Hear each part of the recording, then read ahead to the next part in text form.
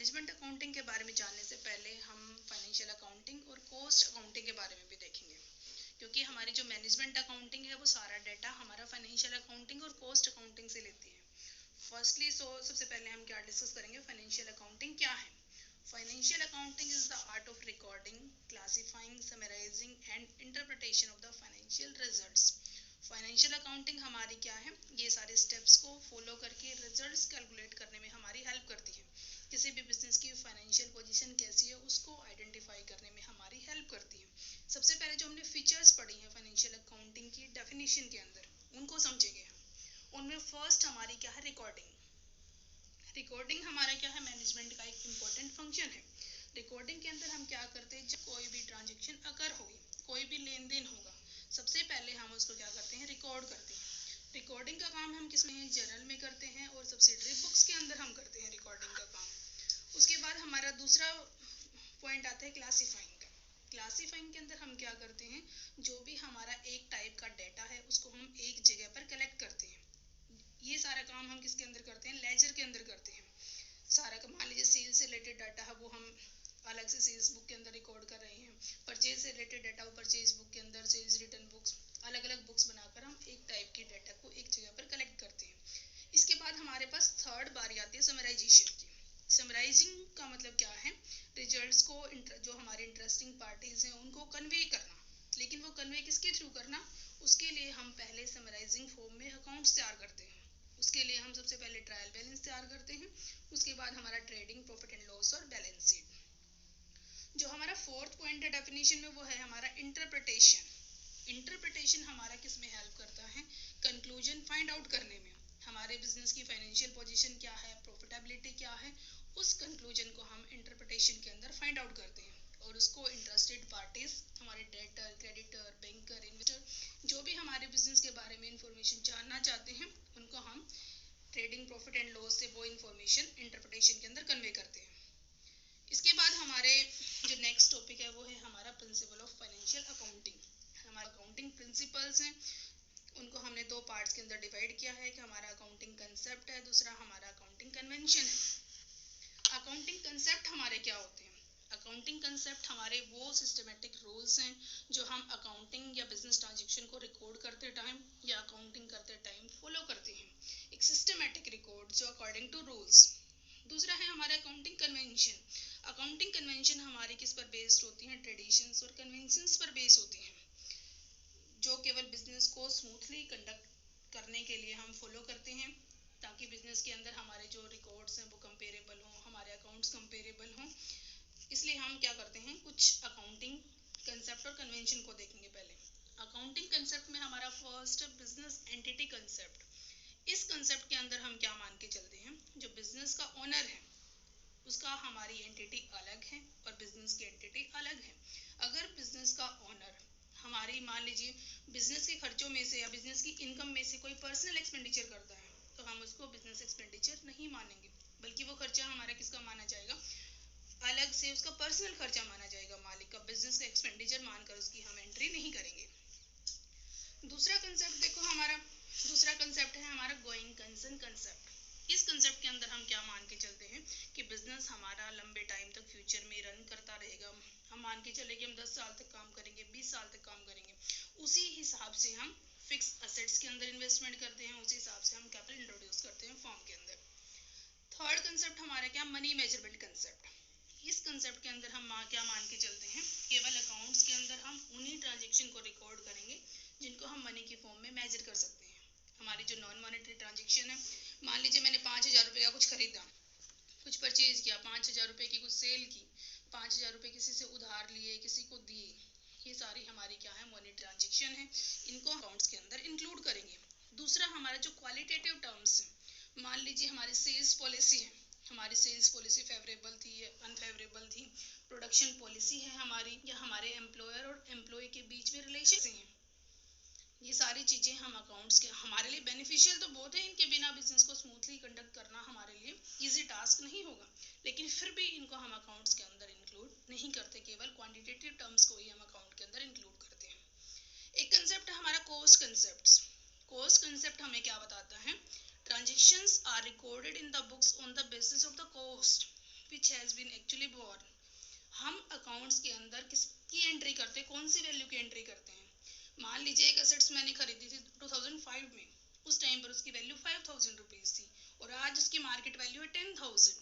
Accounting concept, हमारा जो coast concept है वो हमारा क्या बताते हैं, अकाउंट्स के अंदर जितने रुपए में हमने वो असेट्स खरीदी थी परचेज के टाइम पर, उसकी वैल्यू जो भी थी, चाहे आज वो डबल ट्रिपल कितनी भी है, लेकिन अकाउंट्स के अंदर हम किसको इंक्लूड करेंगे, उसकी बुक वैल्यू को। जब हमने वो खरीदी थी 2005 में, मान लीजिए इसी एग्जाम्पल को हम कंटिन्यू करते हैं कि 5000 थी और 10,000 थी, तो हम कितनी करेंगे, 5000, जिस वैल्यू में हमने वो खरीदी थी। एक है हमारा अकाउंटिंग पीरियड कंसेप्ट।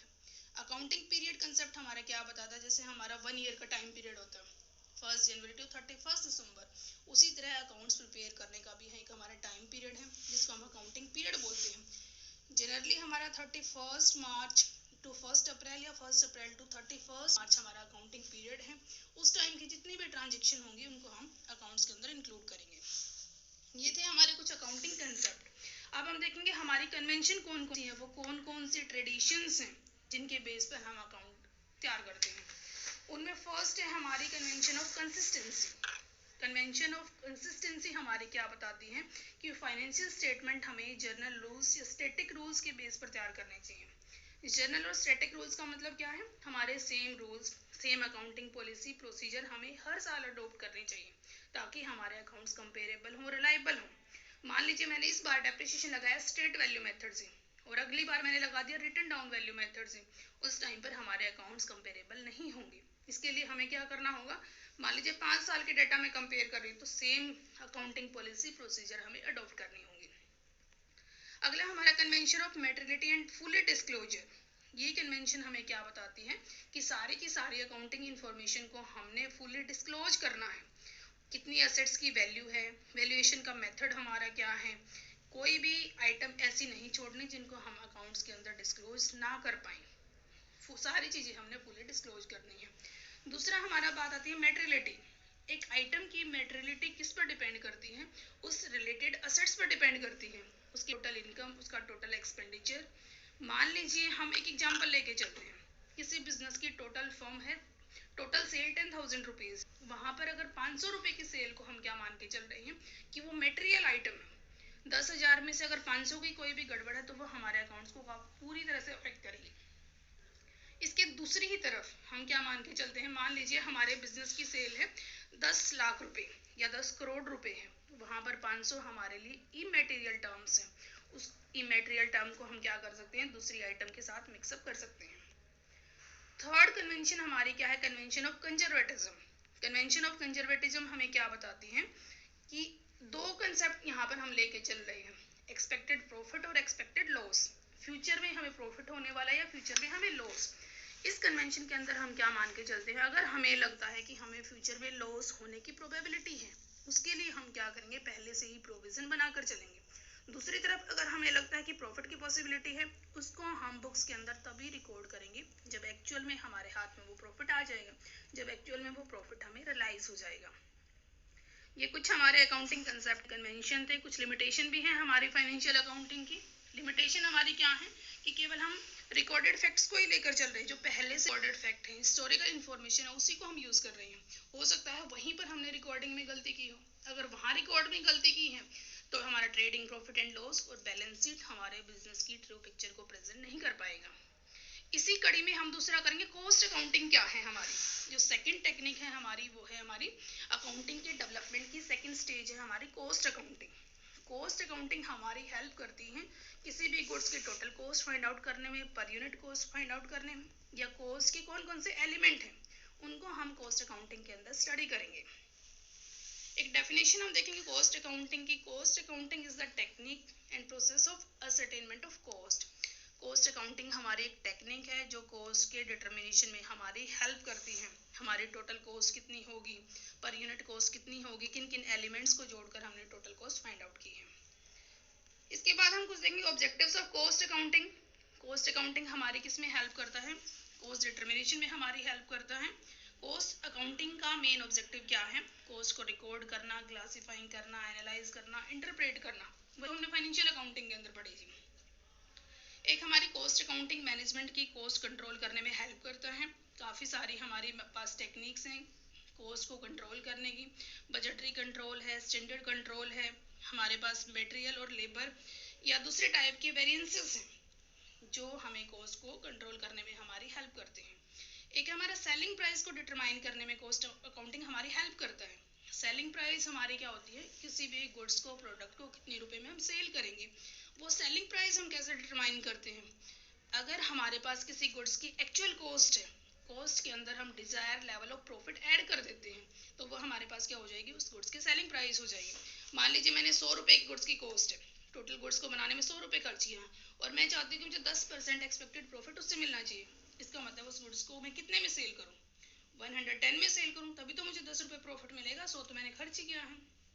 इसलिए हम क्या कह सकते हैं, कॉस्ट अकाउंटिंग सेलिंग प्राइस को डिटरमाइन करने में हमारी हेल्प करती है। एक है हमारा to facilitate managerial decision making, management को डिसीजन मेकिंग में हेल्प करती है कॉस्ट अकाउंटिंग।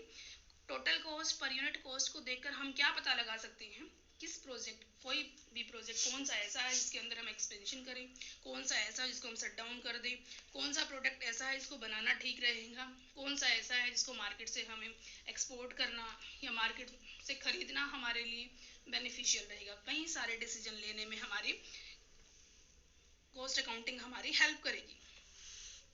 इसके बाद हमारे पास अगला हमारा मेन पॉइंट आता है मैनेजमेंट अकाउंटिंग। इसी उसे जो अकाउंटिंग डेवलपमेंट की नेक्स्ट स्टेज है वो है हमारी मैनेजमेंट अकाउंटिंग। मैनेजमेंट अकाउंटिंग का मतलब क्या होता है, मैनेजमेंट अकाउंटिंग अकाउंटिंग की वो शाखा है जो मैनेजर्स की डिसीजन मेकिंग में हेल्प करती है, जो मैनेजमेंट के फंक्शन हैं उनको इफेक्टिवली परफॉर्म करने में हमारी हेल्प करती है। शॉर्ट टर्म में हम क्या कह सकते हैं, मैनेजमेंट अकाउंटिंग हमारी क्या है, अकाउंटिंग फॉर मैनेजर्स, मैनेजर्स के लिए अकाउंटिंग जो मैनेजर्स की हेल्प करेगी डिसीजन मेकिंग में और मैनेजमेंट के फंक्शन को परफॉर्म करने में हमारी करेगी। एक डेफिनेशन से हम देखते हैं मैनेजमेंट अकाउंटिंग क्या होता है। Management accounting is concerned with accounting information that is useful to the management. Management accounting किससे कंसर्न्ड है, अकाउंटिंग इंफॉर्मेशन जिसको मैनेजमेंट यूज करेगी डिसीजन मेकिंग के लिए। अब हम देखेंगे हमारे पास कुछ फंक्शंस है मैनेजमेंट के, कौन कौन से फंक्शन मैनेजमेंट अकाउंटिंग के अंदर हम इंक्लूड करते हैं।